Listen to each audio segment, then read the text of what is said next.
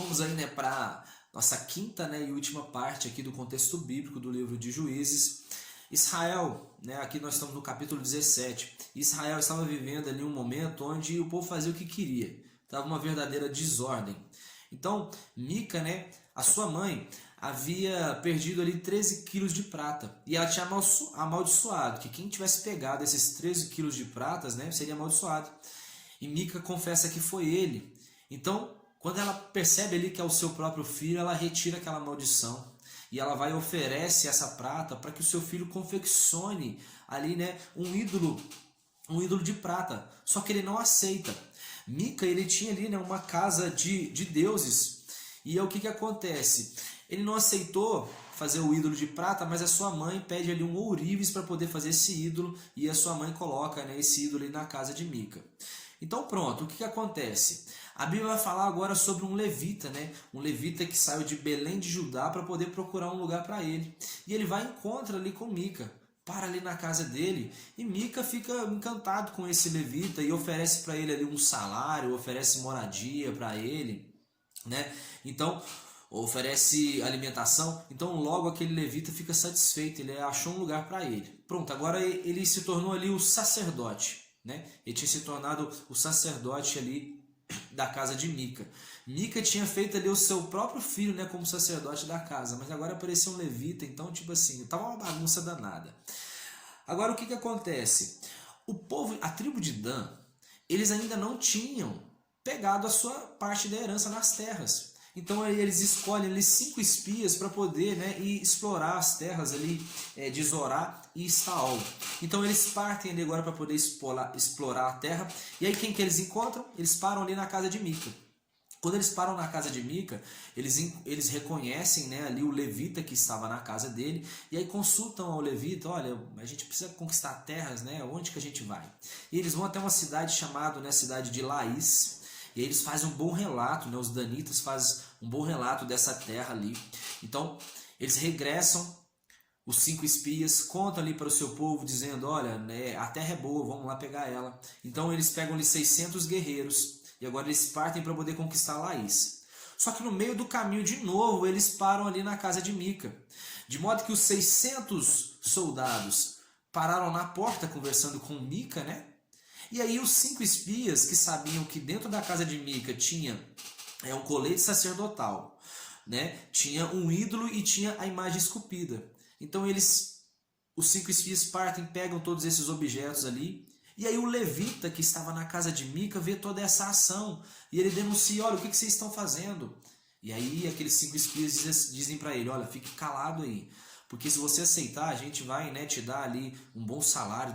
Agora, em vez de você ser o sacerdote de uma casa, você vai ser sacerdote de uma tribo. Então aquilo agradou demais aquele levita e ele concordou em sair com os danitas. Então eles fogem. Quando Mica percebe toda a ação, ele vai atrás ali dos danitas. Só que os danitas falaram para ele assim: olha, é melhor você ficar calado se você quiser continuar vivo. Como Mica ficou intimidado ali por eles, ele volta para sua casa, né? Sem os seus ídolos, suas imagem esculpida, né? Então ele volta. E aí o que acontece? Os danitas, eles passam ali agora, né? Eles conquistam ali a cidade de Laís. Essa cidade de Laís era uma cidade onde não havia, né, eles não moravam perto ali de ninguém, uma cidade que estava isolada. Então os danitas conquistam aquela cidade e dão o nome à cidade agora de Dan. Então, durante todo o tempo, né, que eles estiveram ali, que os israelitas estiveram ali em Siló, esses ídolos ali foram cultuados, né? Então estava aquela verdadeira desordem. Agora a Bíblia vai falar o seguinte: aparece um outro levita, que é o levita e a sua concubina. Esse agora outro levita. Então, um levita que morava nos lados de Efraim, agora ele vai casar com uma mulher de Belém de Judá. Só que essa mulher vai trair ele. Então, ela trai ele, volta para a casa de seu pai. E aí esse levita resolve reatar o relacionamento, ele vai atrás dela. Quando ele vai até a casa dessa sua, né, ex-esposa, ele chega lá, o pai dela recebe eles muito bem, ele fica lá 3 dias com eles, e aí eles reativam, né, reatam ali o relacionamento deles. Só que o que acontece? Depois ele quer ir embora, né? Ele estava com um servo dele, então agora ele voltou com a sua esposa, e agora ele quer ir embora. Mas o sogro pede ele para poder ficar mais uns 2 dias, ele fica, mas aí no 5º dia ele resolve vir embora. Ele vai embora e agora ele junto com o servo e sua esposa, eles resolvem, né, ir para 2 cidades. Ou eles iam para Gibeá ou eles iam para Ramá. Acontece que eles param em Gibeá. Quando eles param em Gibeá, eles adentram ali na cidade. Ninguém havia recebido eles, mas a Bíblia diz que um senhor que vinha voltando ali das montanhas de Efraim resolve dar abrigo para eles, porque o levita, com sua concubina ali, né, que era sua esposa, ele tinha ali, né, alimentos para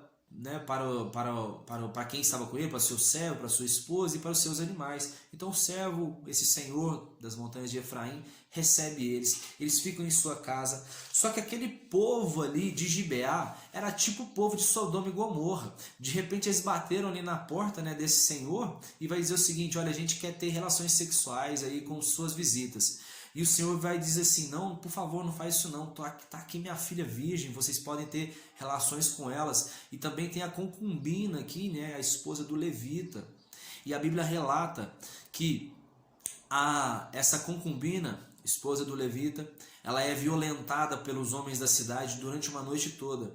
E aí, quando amanhece o dia, quando o levita abre a porta, ele vê ali, né, a sua concubina morta. Então ele pega ela, concubina e esposa é a mesma coisa, tá? Então aí quando ele pega ela, ele vê que ela está morta e ele parte ela em 12 partes. Então partiu ela em 12 partes e entregou cada parte para as 12 tribos de Israel. Quando os israelitas eles veem tudo isso, eles ficam totalmente indignados e agora eles se reúnem todas as tribos ali em Mispá. Então tinha mais ou menos 400.000 homens, soldados israelitas, e eles decidem: olha, enquanto a gente não resolver essa situação, a gente não volta para nossa casa. Então eles estabeleceram ali 10% da tribo, eles iriam recolher alimentos, né, para essa grande missão. Então eles vão ali e eles dizem para os benjamitas ali: olha, a gente traz aí para nós o povo que matou aquela concubina do nosso levita, desse levita. Então os benjamitas falam assim: não, a gente não vai trazer o povo não. A gente quer luta mesmo. Então agora eles resolvem, né, lutar. Os benjamitas resistem. Eles tinham, era 26.000 habitantes que haviam ali em Gibeá. E eles tinham 700 soldados, que eram soldados tão habilidosos que eles conseguiam acertar um fio de cabelo, né, em longa distância. Então era um povo ali, né, que menos numeroso, mas eles eram habilidosos ali na arte da guerra.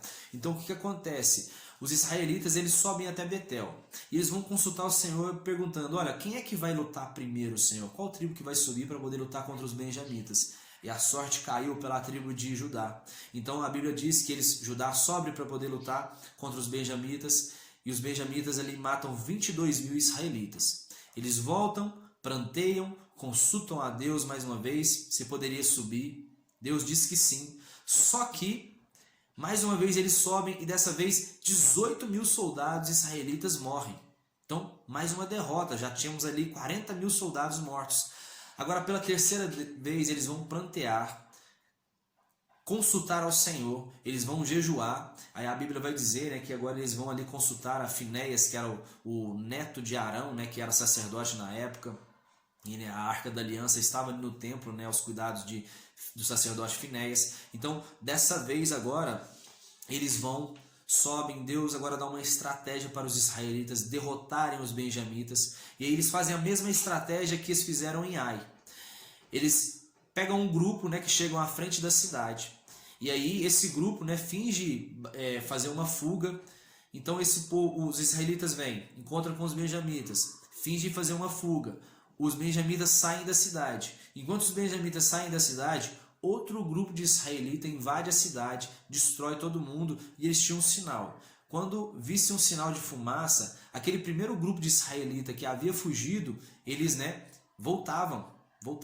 Aí eles retornam da fuga, né? Em vez de continuar fazendo a fuga, eles retornam, de modo ali que os benjamitas foram encurralados e os israelitas dessa vez conseguiram derrotar esses benjamitas. Só que 600 homens ali foram, né, benjamitas ainda conseguiram fugir. foram derrotados, mortos, né, mais ou menos 25 mil benjamitas, mas 600 desses homens eles ficaram ali no rochedo de Rimon, escondidos. E aí o que acontece? Os israelitas eles vão dizer o seguinte, olha, uma tribo nossa vai se perder, eles começam a lamentar, né, porque eles pensaram, cara, os benjamitas agora, a gente, né, eles vão ser, uma tribo de Israel vai se perder.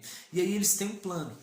Eles agora vão se reunir e eles vão decidir o seguinte, olha, qual tribo aqui, né, que povo que não subiu para poder ajudar a gente a derrotar os benjamitas. E aí, né, eles descobrem que o povo de Jabes de Gileade não havia ido, né, lutar contra eles, lutar, né, com eles contra os benjamitas. Então os israelitas enviam 12 mil soldados israelitas e derrotam ali todo o povo de Jabes, todos os homens, mulheres, todo mundo, mas eles pouparam as mulheres virgens e encontraram ali 400 mulheres virgens. Então agora os israelitas, né, com um plano de poder salvar ali a tribo de Benjamim, eles dizem, olha, quando, para esses 600 que ficaram no rochedo de Rimon, quando na tradicional festa, né, anual que acontece em Siló, era comum essas mulheres saírem dançando, né, nessas festas. Então era para esses 600 homens benjamitas, quando vissem essas mulheres saírem, né, para essa festa, pegassem elas e levassem como esposas. E assim se fez. Outras 200 mulheres, né, para dar o número total dos israelitas, eles tinham encontrado outras 200 mulheres virgens entregados para eles, de modo que assim os benjamitas voltaram, né, com suas mulheres para as suas terras, e os israelitas também ali voltaram para as suas terras, e assim, né, encerrou ali o livro de Juízes. Então, pessoal, é isso aí. Espero que vocês tenham, né, absorvido bastante. Continuem lendo muito a Bíblia Sagrada e aprendendo, né, com o Senhor, debaixo da unção aí, da graça do Espírito Santo. Que Deus abençoe a cada um em nome de Jesus. Valeu, tamo junto e até lá.